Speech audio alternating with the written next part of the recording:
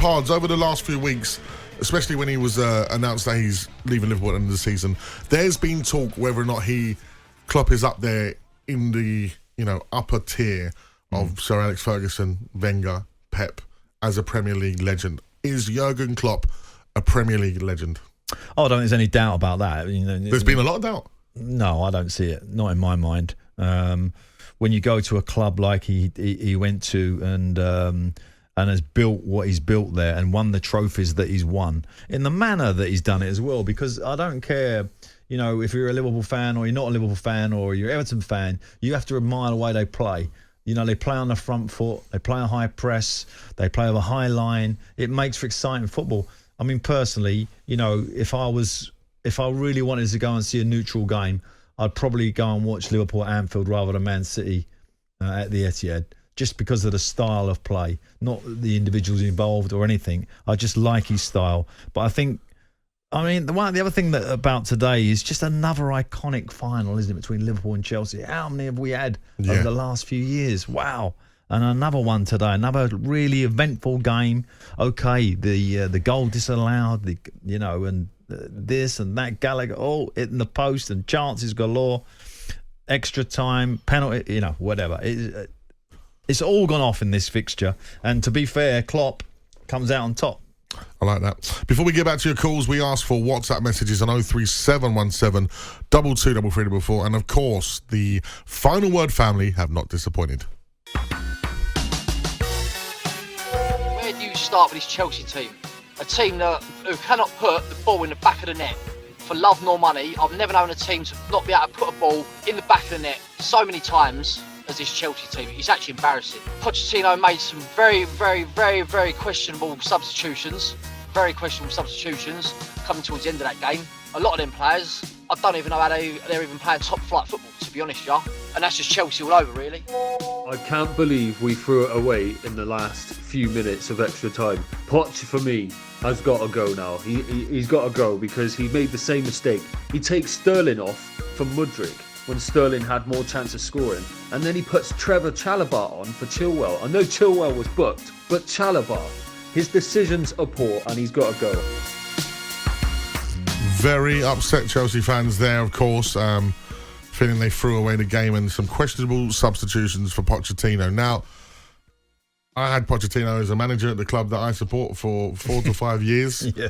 And I do recall, actually, against Chelsea, of all teams, there was a game he played Son at left wing-back in the semi-final of the FA Cup. And it was, Son gave away a penalty. It was just... I can vaguely remember that. And you just think sometimes you've got to question some of those decisions. You question his decision-making at the substitutions. Well, I wouldn't suggest I'm questioning his decision. I'm just questioning some of the performances that he got out of those players that come on. I just don't think they were good enough. But is that down to the manager or the players? Well, sometimes, let me tell you, sometimes as a manager, you can get deceived on the training ground. A player suddenly is like scoring goals for fun in training, and you get a kind of... You get a renewed sort of passion for them. You think, oh, yeah, he's all right. And the staff are all going, Gaffer, yeah, he's back to his best. And then he comes on and doesn't deliver anything because his confidence is okay on the training ground, but it isn't there when there's 60, 70,000 people in the stadium. So sometimes you can get deceived by that. So we'll take a little bit of that into account. But the bottom line is today that some of them players they're paid massive fees for and getting huge wages have not delivered again today. And this is the worry for Chelsea. It's not like, how long is this going to go on? Because it looks like some of those are not going to be successes at Chelsea. Forget about today. I'm talking about long term. Well, that's the problem. Let's hear about Chelsea's long-term plan and where they go from this. Let's get over to Oliver, who's a Chelsea fan. Good evening, Oliver. Oliver. Have we got Oliver? Good evening, Oliver. Oliver. Yeah. You're here with us. How are you, Oliver? Yeah, we got you. Yeah, sweet. Thanks, gents. I just wanted to come on, really. A lot of questions are being asked of Poch. Yeah. A lot of questions being asked about the owners, and I honestly don't think the fingers aren't being pointed in the right direction. And I truly believe that. I believe that Lawrence Stewart, Paul Winstanley, these so-called sporting directors have been brought in to oversee this project, bringing in these young players. They're the ones who need to be drawn over the coals for this recruitment. It's appalling.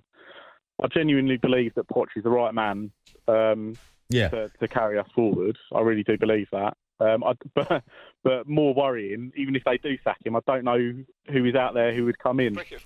Yeah, no, and you're right, because Poch has had really nothing to do with the signings. And Todd Bowley, was he there today? I believe he was going to turn up, wasn't he? The owner today at the game. I'm not sure if I saw him. So we'll find out if he was there. I'm sure he was. I mean, the whole team there, there's got to be some sort of sit-down period somewhere and go, wow, how are we going to get out of this hole? Because it looks like they've got themselves in a hole with a load of players here who don't look at the standard that, let's be honest, Chelsea have been at. But what I don't understand is how you can... Jackson, nobody's telling me that guy is an out-and-out number 9. We need an out-and-out striker who's going to get us 20-odd goals a season, who's just going to get in the box. It's just not good enough. Yeah. Great call. Thank you very much to Oliver, the Chelsea fan there. He's looking at other places other than the owner and the manager. He's looking at the directors of football. Well, the owners brought them all in. It's a whole new team, isn't it? They probably don't even know each other that well, to be honest. So they put them all together and go and come on. When you look at the Man City project, all that team, all Pep's team from Barcelona got brought to Man City before he even arrived. Absolutely. So all the groundwork was done to a certain degree. I got a message here from 040 and they're not left the name. Why are you talking about Chelsea? Liverpool won, and with kids. Well, if you want to talk about Liverpool, you can call us on 03717 223344. It just so happens a lot of Chelsea fans want to have their therapy with Madge and Pards tonight. On AM, on DAB, via the talkSPORT app and on your smart speaker. talkSPORT.